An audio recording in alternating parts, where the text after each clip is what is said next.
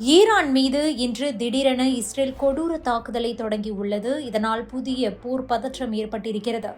ஈரானின் உச்சபட்ச தலைவர் அயதுல்லா அலி கமேனியின் அலுவலகத்தை குறிவைத்து வான்வெளி தாக்குதல் நடத்தப்பட்ட நிலையில் அவர் எங்கிருக்கிறார் என்பது பற்றிய பரபரப்பான தகவல் வெளியாகியுள்ளது.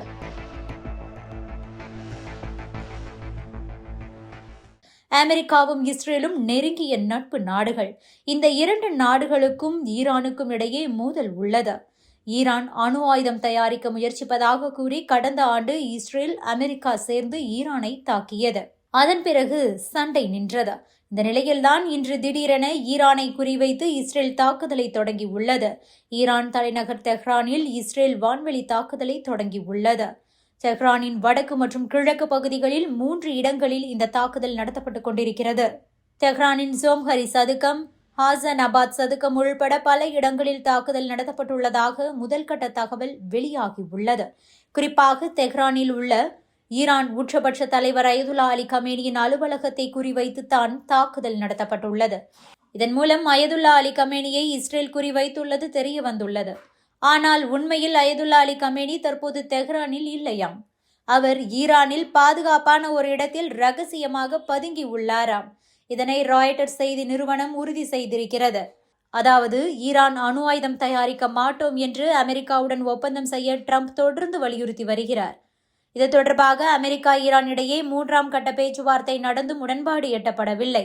இதனால் கோபமான ட்ரம்ப் ஈரான் மீது மோசமான தாக்குதல் நடத்தப்படும் என்று வார்னிங் செய்ததோடு போர்க்கப்பல், போர் விமானங்களை வைத்து ஈரானை சுற்றி வளைத்தார்.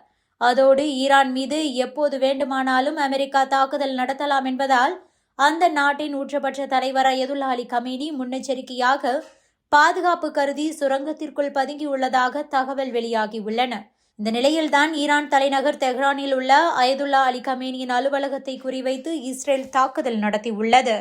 அமெரிக்காவும் ஈரான் மீதான தாக்குதலை தொடங்கி இருப்பதாக டொனால்ட் ட்ரம்ப் தற்போது தெரிவித்துக் கொண்டிருக்கிறார். வெள்ளை மாளிகையில் செய்தியாளர் சந்திப்பில் தற்போது பேசிக் கொண்டிருக்கிறார் டொனால்ட் ட்ரம்ப். அது பற்றியும் தொடர்ந்து பார்க்கலாம்.